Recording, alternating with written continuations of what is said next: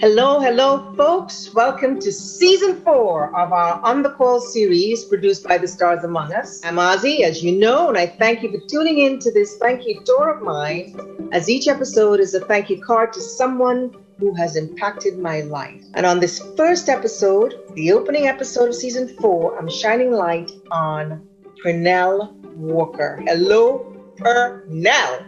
Hello. What's going on?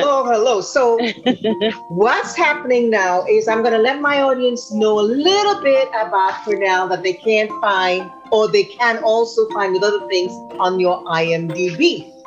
So, folks, PERNELL is a Bronx-born actress with a BA from City College and an MFA in acting from the Actors Studio Drama School, formerly the New School. She has worked in film, television, and theater with the likes of Dee Reese, Ava DuVernay, David Simon, Ben Affleck, Matt Damon, Kevin Bacon, 6 Degrees, Maggie Gyllenhaal, Dick Wolf, Oprah Winfrey, Jodie Foster, Lee Daniels, Martin Scorsese, Steven Soderbergh, and others. I'm exhausted, and that's just part list. Okay?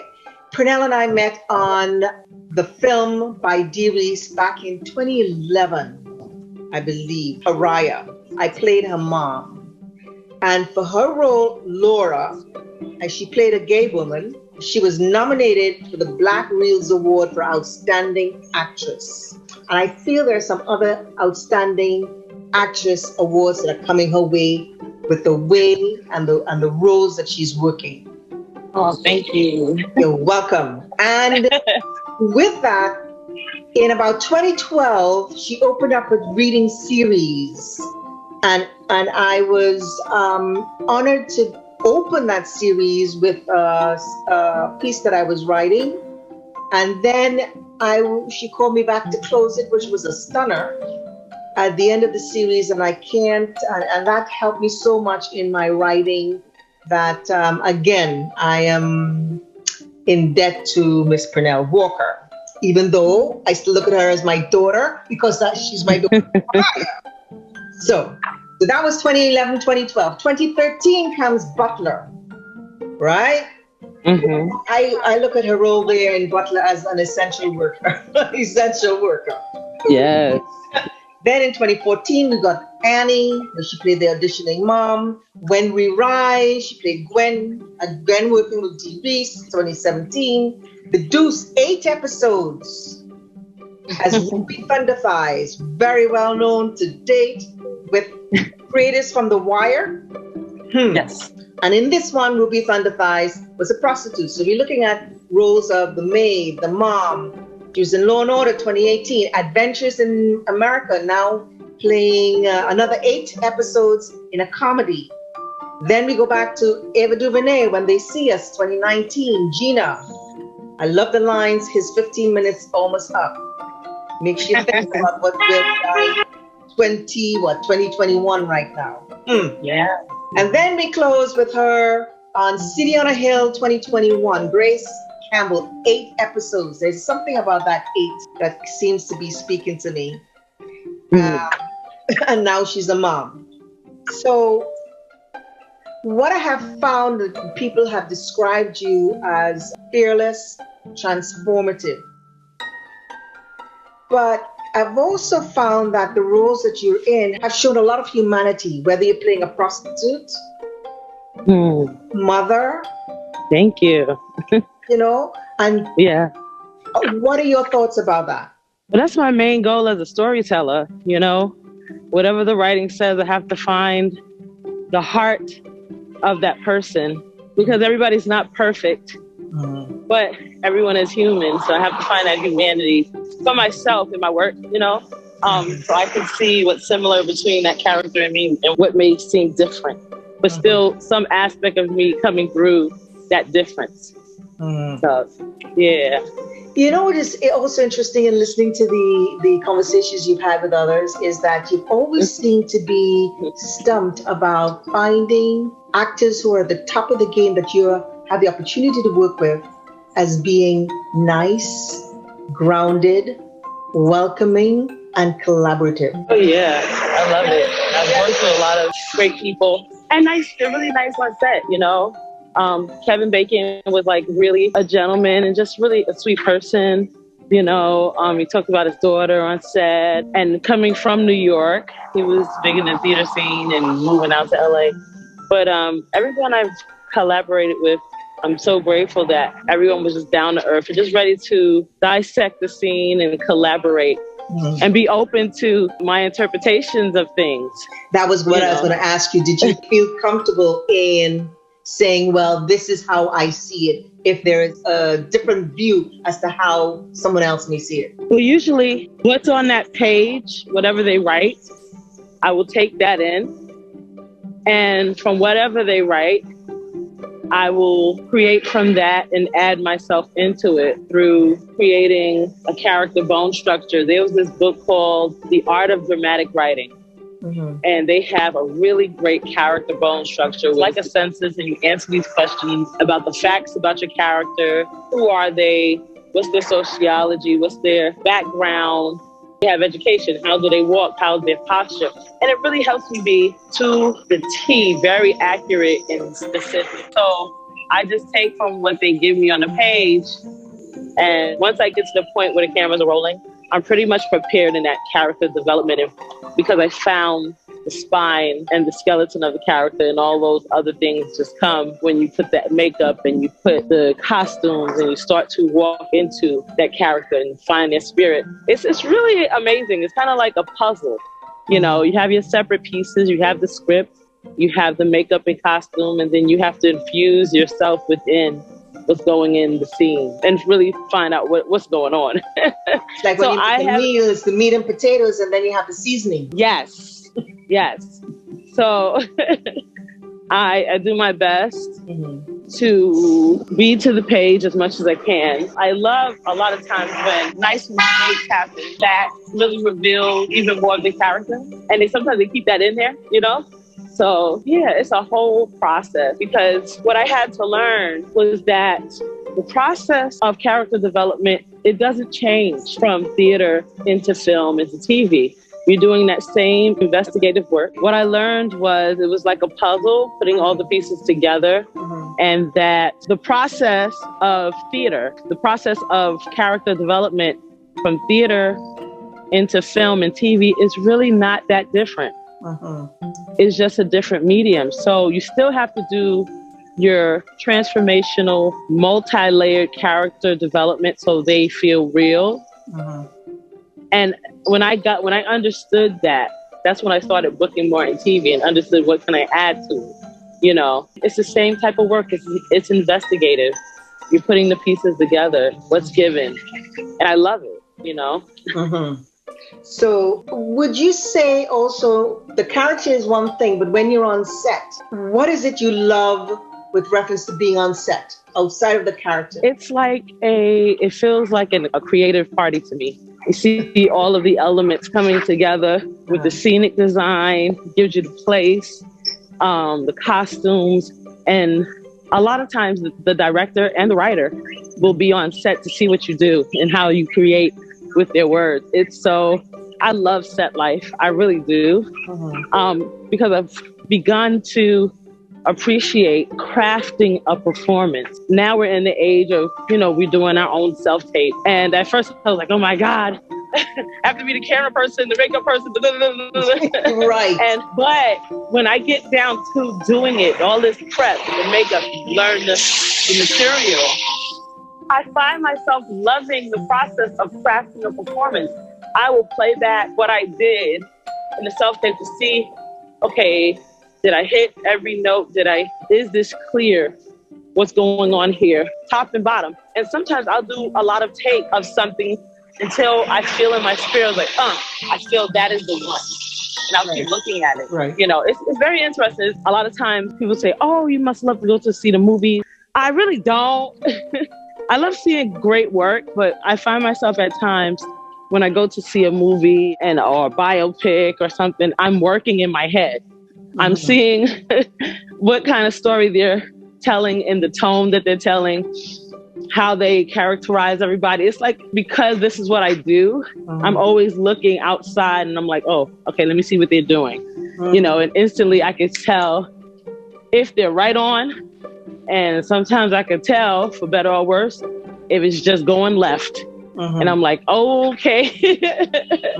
But yeah, I just feel like I'm always working and thinking like, oh, let's see how they could have did a more effective job. Or I loved how they did what they did. And now I get where they were going with it, you know? So it's interesting. Let me ask you something. In between takes, right? Or in between scenes, right?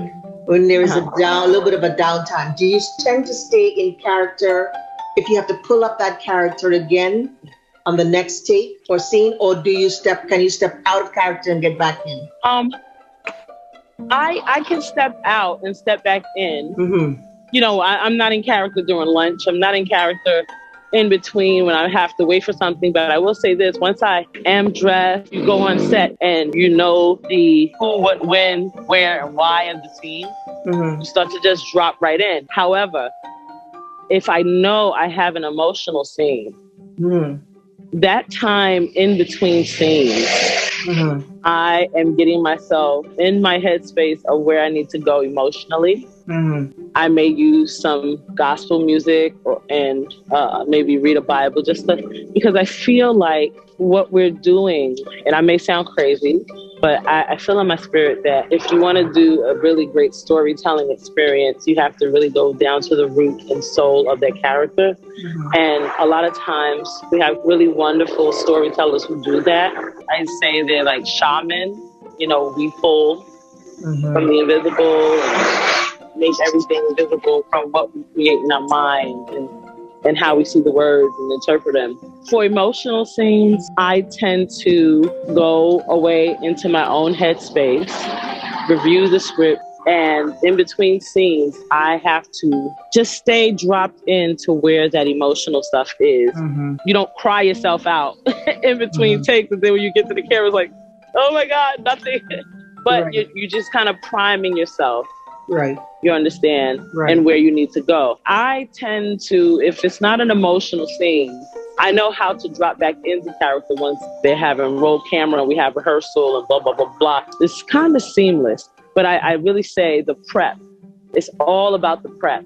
If you really read the script, make your notes, and discover on your own how your character walks, how they sound, how they be, that's half the work. And the other half is the great writing. And the cherry on top is the costume and everything else that brings that together, you know. I have a question for you. Do you have any pet peeves? If I'm prepping, let's say, we used to have outdoor auditions in person and stuff, where we go and you're going for a job. My biggest pet peeve is people not being considerate in the audition room for other people's process. And they like to be chatty patties or like talk and blah, blah, blah, blah, while you're trying to concentrate. That's why when I'm on set, if I have like emotional work to do or something that I know I need to get done, I go off on my own. I'm not like hanging out with other cast members. I need my own space. I don't like to talk a lot when I have a lot to prep for. So I just make sure to go to my own space. And in between takes of an emotional whatever, I don't need to talk a lot. I just want to see how I can get what the director needs to happen in the scene, and how can I bring my best and fullest emotion to life. So have you ever had a backup plan, just a just-in-case plan, or a side hustle? Oh, I had so many side hustles. I worked in retail for a number of years. Now it's kind of like antiquated stores because everybody's buying online, and there's no need for like the, what they call it, the martyr something. You know, like. So, I worked retail. I was an usher at Jazz at Lincoln Center. I also was a sub teacher for a time, and a teaching artist in different projects. So I would say to anybody, hey, don't come out here starving, trying to just be an artist. Sometimes it comes. Sometimes it comes for people immediately. But in the event it doesn't, you want to set yourself up that you're not starving for your art, because you ain't creating if you starve to death. Ain't nothing creative about nobody starving to death or looking crazy and broke down and desperate at an audition. You need this job. You're like, Lord, and looking busted and disgusted. No. You need to pay your cell phone bill. You have costs. You have self-care needs. Get a job. Right. And it was a process, you know, and slowly my artistic life was moving in a way that the side hustle was getting pushed out by my full-time passion, which was a blessing. Right. So don't be out in these streets looking crazy. Get your unemployment, get a job, get your discounts. I mean, that was one of the reasons I kind of liked retail, because they had so many discounts. But when you work there, you could like build your own wardrobe and figure out what's what, you know? Right. But I would tell anybody, make sure you know all it is you need to know before you get out in these streets and do this for your livelihood. Because then it's really no holds bar in the kind of competition. And when I say competition, I mean, you're not competing with anyone else. You're your own artist. Right. But when you go in for a job, you're going in to show your best self and your best storytelling work. And you're hoping that you do your best so they would hire you. Right. You know, and whoever they hire, God bless them. But you want to go and do your best and not look desperate and hungry. That's right. I have another question. Did you ever have a mentor? Not really. I just love really great work. I had worked with Rod Gales as like an acting coach when I needed to kind of find my way. Right. And like, what the hell do they want? I don't know. Right. Because I swear, when I was going in for co-star roles, just the whole thing, and this was after I did Pariah, the whole thing about being in front of a camera in the audition process is so weird, because it literally is a few seconds. Yes. And we're talking about maybe a week of prep and learning this, and literally you go in, you shoot your shot, and then they may give you an adjustment, and then you shoot your shot again, taking that adjustment.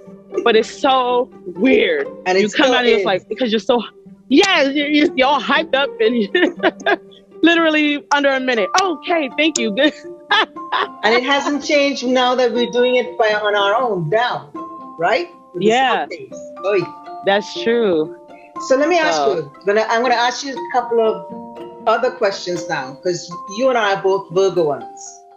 Yes. And I have a feeling that we're both empaths. Would you say that you two love the ideas or the realities, depending on how we look at it, of peace, love, joy, and alone time? I love it.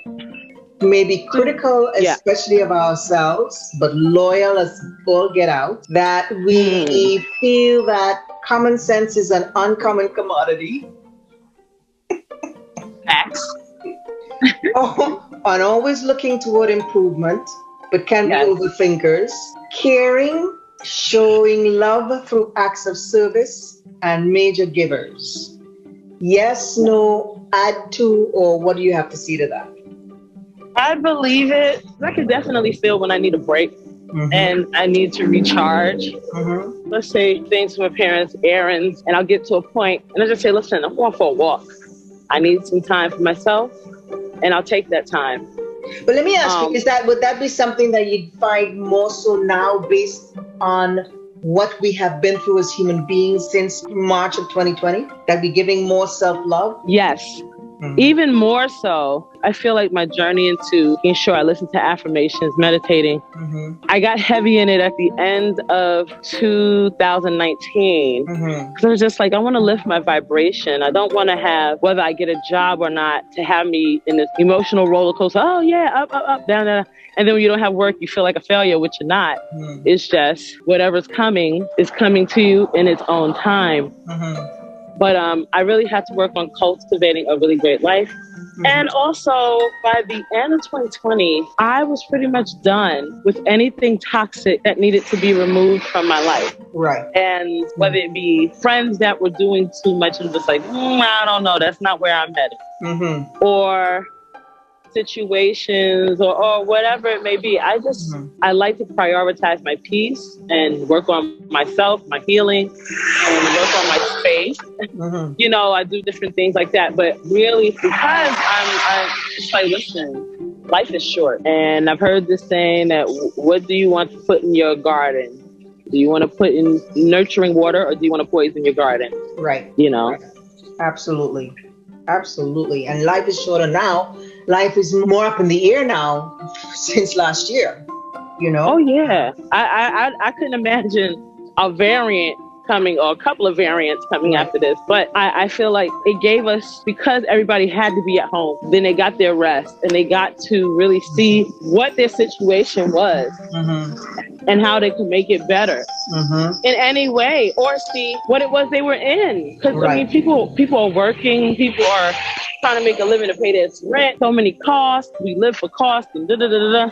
But when everything shut down, I felt like, especially myself, I started to look inward more and started to really ask myself, what do I want?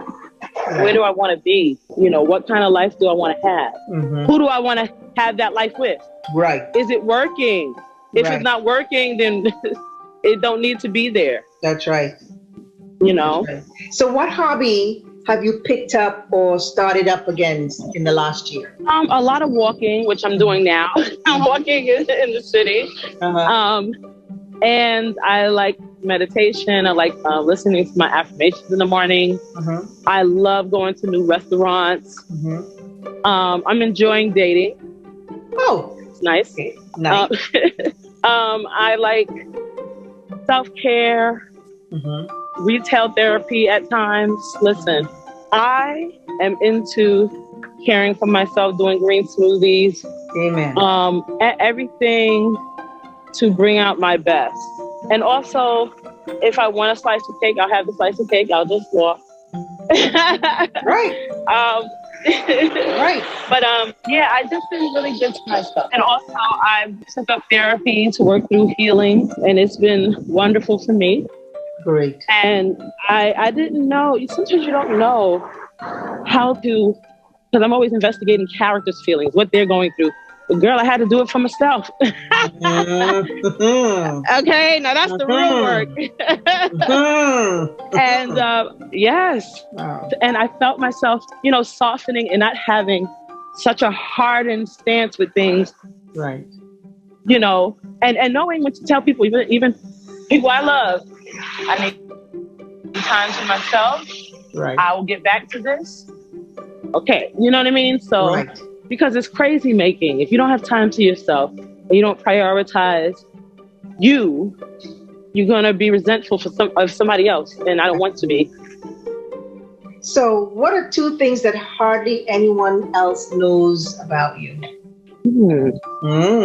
I like putting funny things on my Facebook wall, but I think people know that. Yes. Yes, they do. So you're not going to get up for that one. And that I feel like I'm more of like a mix of an extrovert and introvert, but I'm liking my time alone. You know, I'm enjoying myself more. But what is something they don't know? I mean, I like purple. Mm-hmm. I'm a Virgo.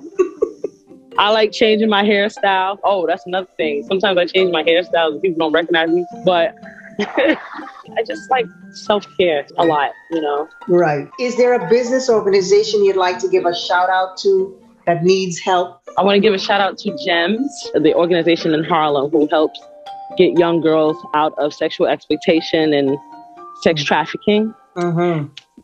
There's also the Business Alliance headed by Nicola. Oh, I got her name wrong. She's Bridget Antoinette Evans' sister. Mm-hmm. And she has a Business Alliance in Harlem that helps other businesses in Harlem come together and advocate for themselves, and like Whole Foods and, you know, really do great things. I forgot the name. Lord, forgive me.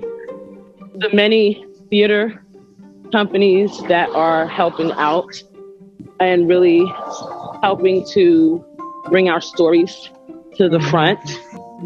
And I like to see that change, you know, from the top to the bottom, you know. In terms of advocacy, who do you specifically advocate, or what do you specifically advocate for, especially in this new world that we're living in?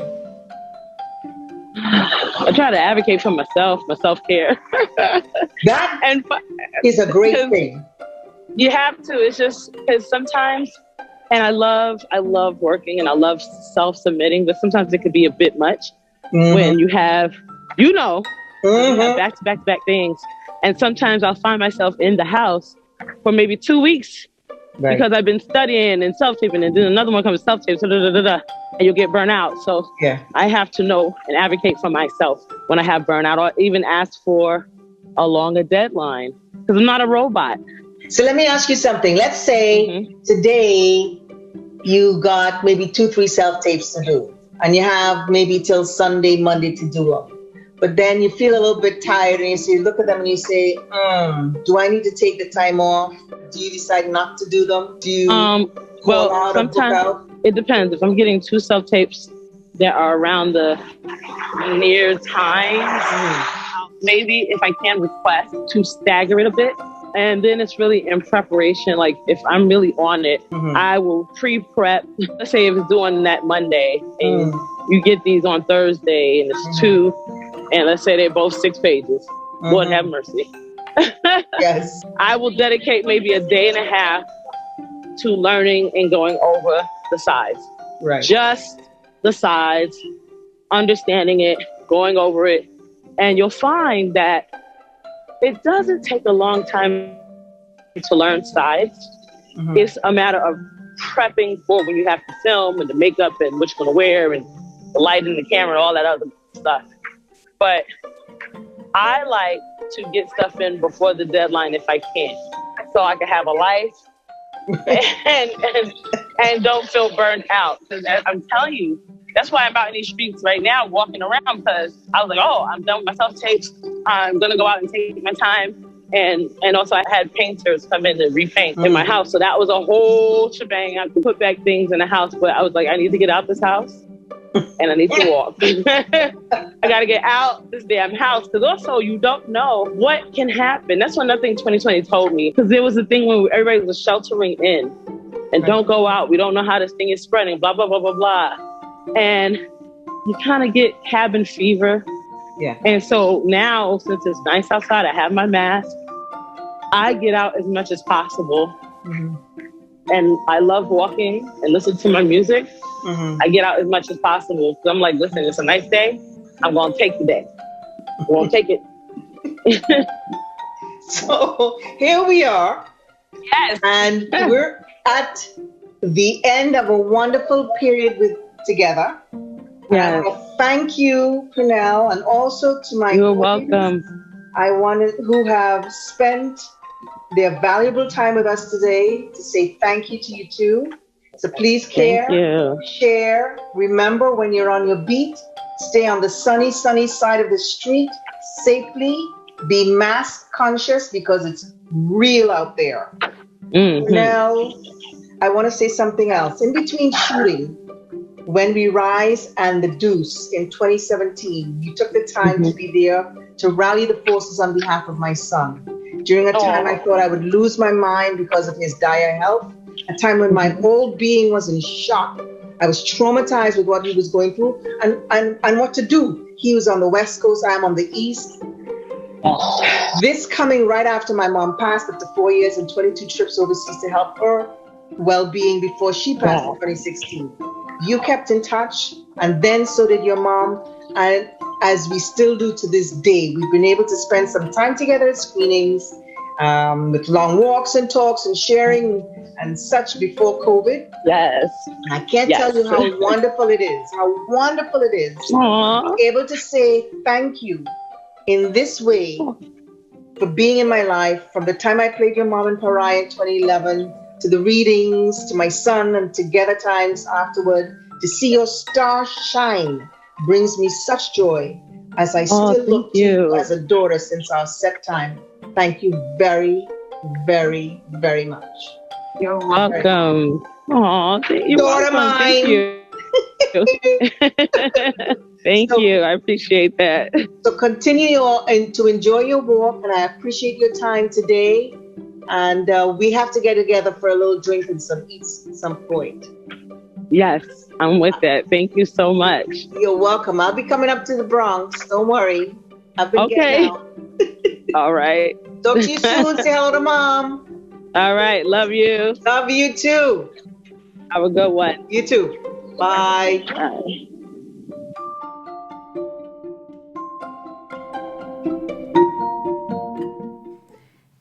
Hey there.